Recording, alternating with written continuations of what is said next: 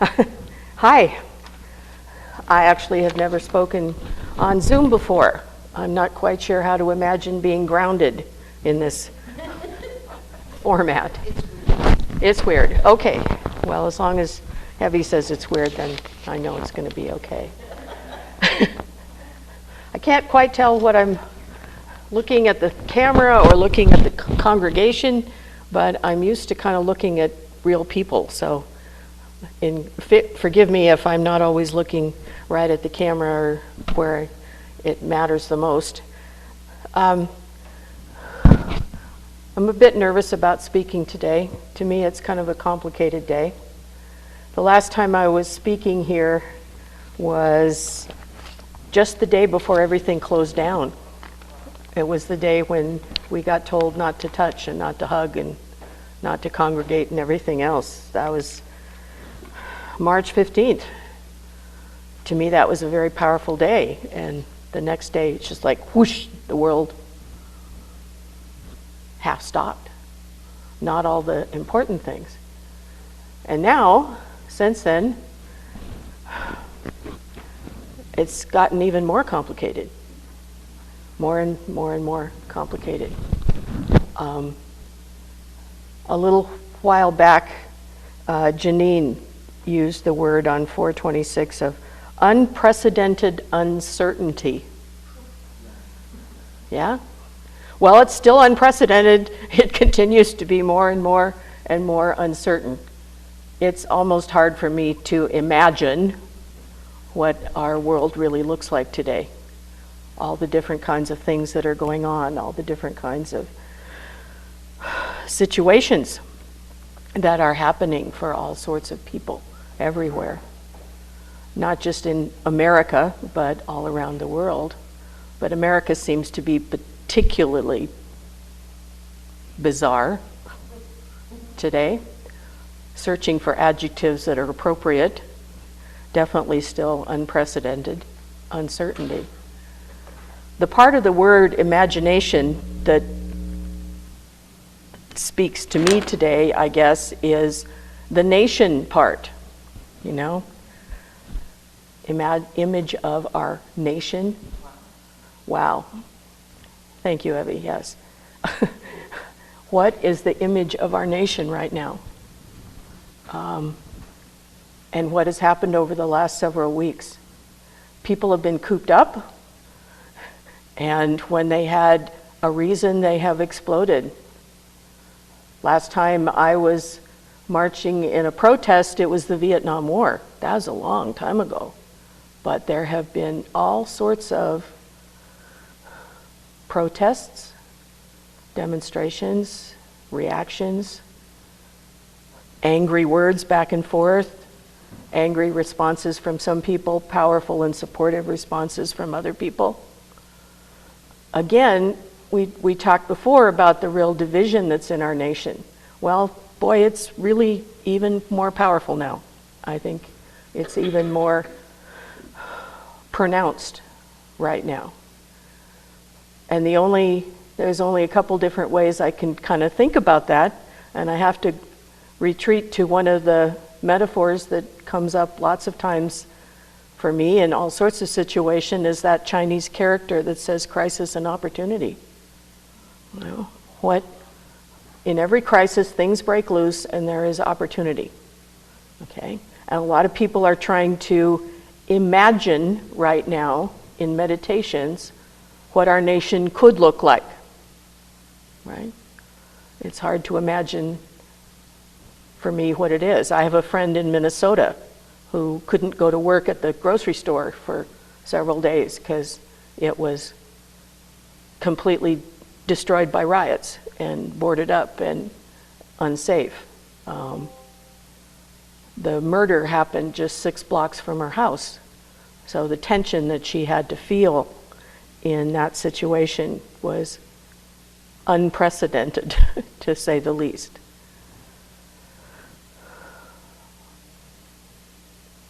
The other comment or metaphor that I have to think about is changing is what I've talked about many times and studied and listened to, is about earth changes. You know, we've had lots of earth changes that were physical, and we've lived through tornadoes and tsunamis and things like that, and the images of what the world might look like by now that came out right at the turn of the century and predicted things for 2020 to look very different. Well, those structures are not all physical or geographical. They are our structures of our belief system, our structures of our country, our structures of our relationships with each other.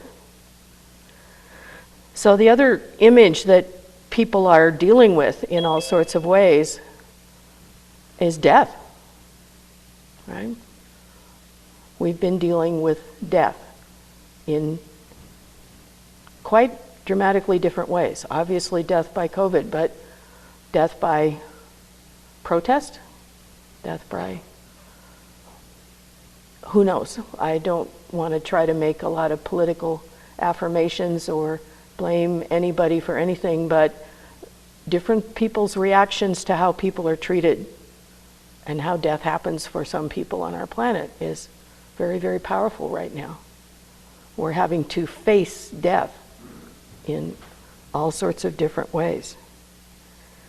And even next week we were supposed to move to another level of opening things up, but if you know, the governor has rescinded that order because there have still been issues. So we are staying at the same level of restrictions right now for a while longer.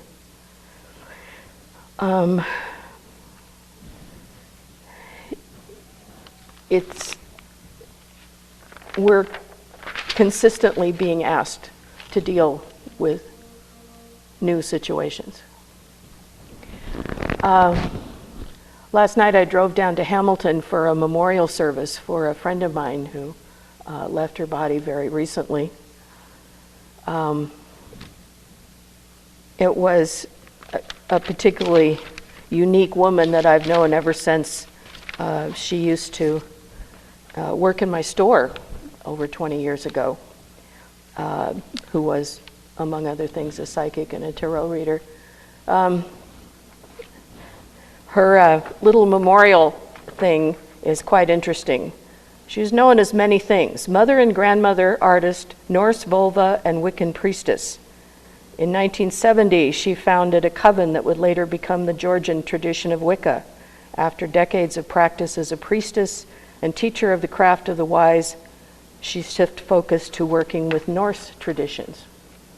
Not your typical spiritual type person, but somebody I've been very happy to have known in my life and been able to do that.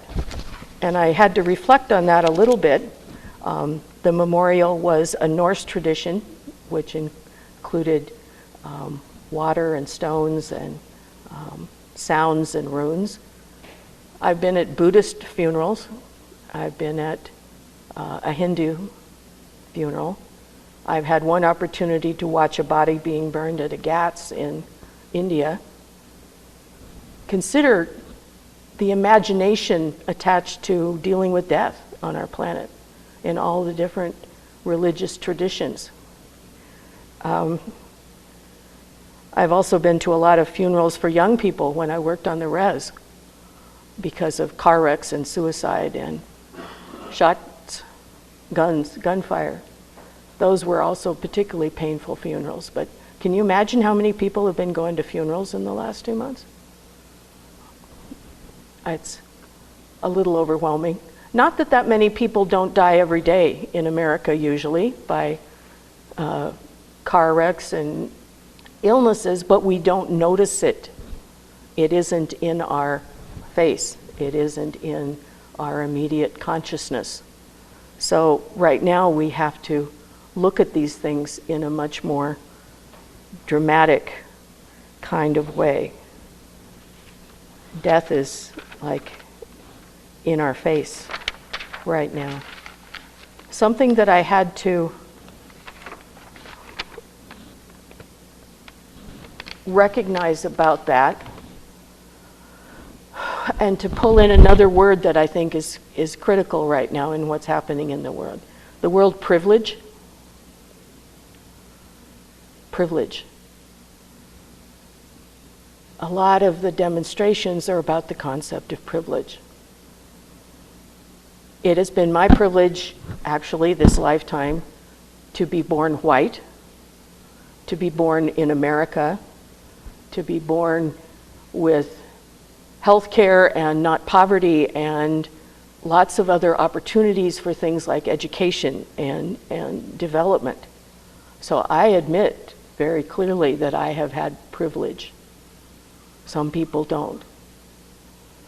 Do I feel guilty about that? Do I feel like I've done wrong?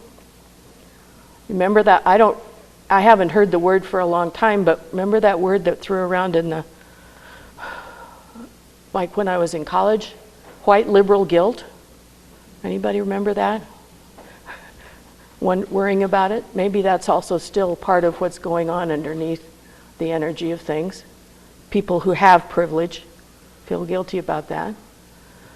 I have to say that as far as I can say, I don't feel real guilty about that, because I have really believed, and I want to believe that I believe, that I've always wanted everybody else to have those same privileges. I wanted everybody to have those same opportunities for education. And I think that's the best way that I can deal with what's happening now, is believing that what we are seeing is a recognition that people need to have those opportunities. We need to imagine a world where everyone has opportunity, where the concept of privilege is not so big a deal anymore. We know that's not true in the rest of the world. So many places where women don't have privilege, especially right now.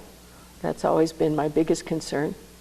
I'm grateful that I didn't grow up in the Middle East and have to wear a burqa. I mean, it might be fun, but it sounds awfully hot and uncomfortable. Where I wouldn't have access to education and other kinds of things, where other people would not see me as worthy. I know I've missed a few opportunities in life because I'm a woman, but most of the time it's been able to do the things that I wanted to do. And I've had the privilege that I had to recognize last night of knowing all sorts of different kinds of people. Okay? Buddhists and Catholic priests and Wiccan priestesses and Rastafarians and Hindus, and going to a Hindu temple in India and hanging out with Southern Baptists, which I found a little challenging, but the fact is that I've had what I have to almost call spiritual privilege here, right? That's something incredible that I just realized yesterday I could be grateful for. I've had the spiritual privilege of exploring all different kinds of spiritual traditions, of knowing different kinds of people, of hearing their stories, of hearing their way of life. Now, I think when John Lennon said, "Imagine no religion," religion is different than spirituality, right? If we didn't have such powerful religious traditions, maybe we would continue, as we have been over years, to have a greater sense of spirituality. We can imagine what it is to be spiritually free, imagine what it is to be spiritually available. And that's got to be something related to spiritual imagination. Imagine all the ways that people choose or wish to be spiritual in their own practices. That's part of why I'm with Unity, because I believe that basic understanding is part of what we do here, is part of who we are here. It's very important. It's very real. And I recognize, I'm not a big one for listing things that I'm grateful for. Well, I started a new list yesterday. It's not one of my favorite things. People always tell me when I'm in a bad mood to look at what I'm grateful for. Well, okay, I got it. It's like kind of like a a hit, but to be part of all these different people's lives for the things that it has shown me and triggered for me my own past lives in other situations, many of which where I did not have privilege. I have remembered past lives where I have been locked up for my beliefs. Evie and I have found lots of those, right? For example, being chained, being beheaded, not belonging to the religion of the state in that particular place, or the religion of what the king wanted everybody to be, or wanting to speak as a woman and being guillotined for it, something like that. You know, that's definitely not spiritual privilege. That is something that I am profoundly grateful for in this nation.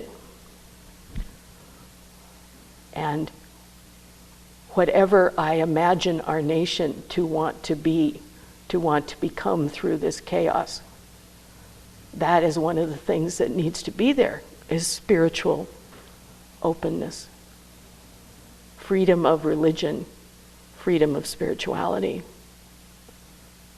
openness, understanding. And I would invite you all to imagine what that looks like. We kind of get complacent because we've had it, but not everybody does.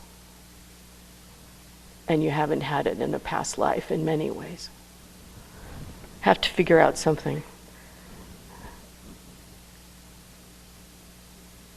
I have one other little quote that I found that a while back that I knew had to be part of a service. It's kind of odd, but I think it's interesting and worthwhile. There's a young woman talking to a teacher, a wise person, and asks, "What was I in a past life?" I get that question from people as well too. What was I in a past life? The person comments, "Observe your present circumstances." Well, duh, that's what karma's about, right? How did I get to be here? How did I get to be here with this kind of privilege I have? Wow. I don't want to take that as an ego thing, but I just want to recognize, and I want other people to recognize. That's the privilege that we have. That's the ability that we have to express our spirituality. But now the other part of that quote is pretty interesting too. So, what was I in a past life? Observe your present circumstances. What will I be in the next life? Observe your present actions. Observe your present actions. How do we create what's next? We create it with our present actions. We create it with what we image ourselves and our country and our nation and our world to be. How do we create that which we want to have happen? Observe your present actions.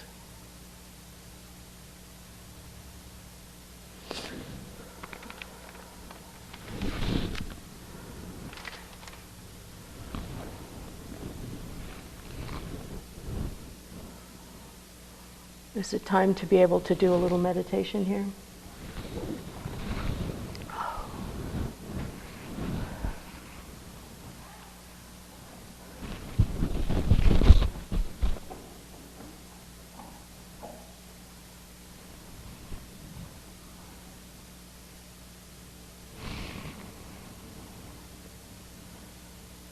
If you relax for a minute, close your eyes. What do you choose to image for our nation?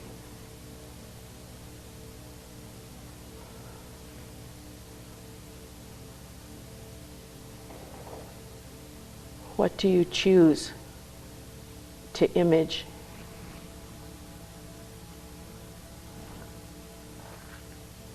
for the freedom of others?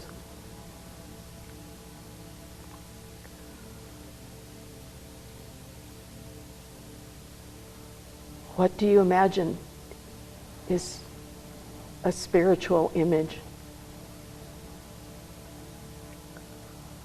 for our nation?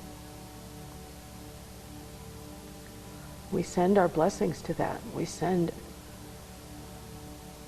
our hopes.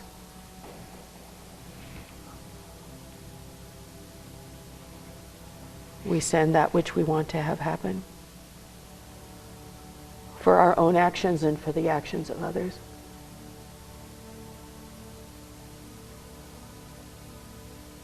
I have to believe that at the beginning of our nation, that whole concept of freedom of religion, which had been hard fought by many, many, many people at that time and had created many deaths then. Now we have deaths for different reasons.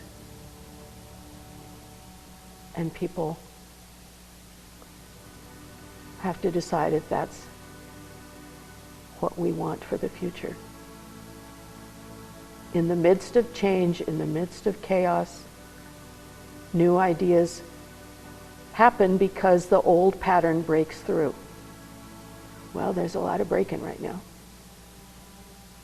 There's a lot of breaking.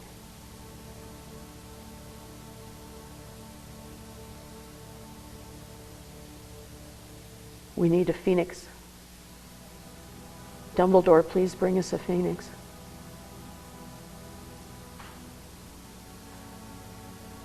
Image the world. Image the nation. Image the self that you choose to be.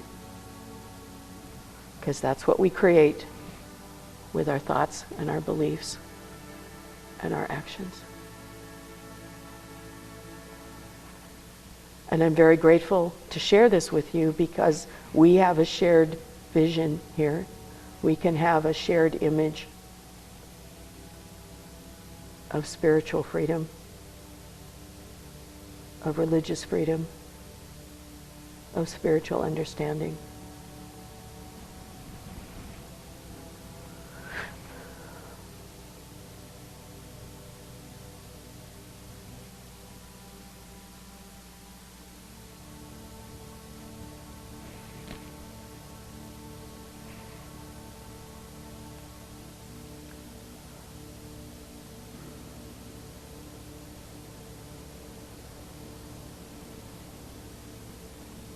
What do you want your next life to be? But your next life starts tomorrow. Observe your present actions. Create the next image of yourself. Create the next image of our nation.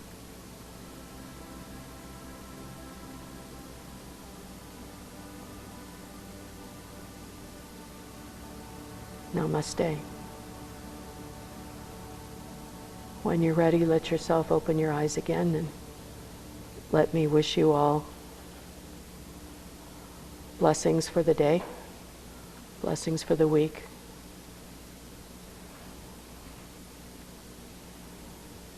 and clarity of your images for yourself.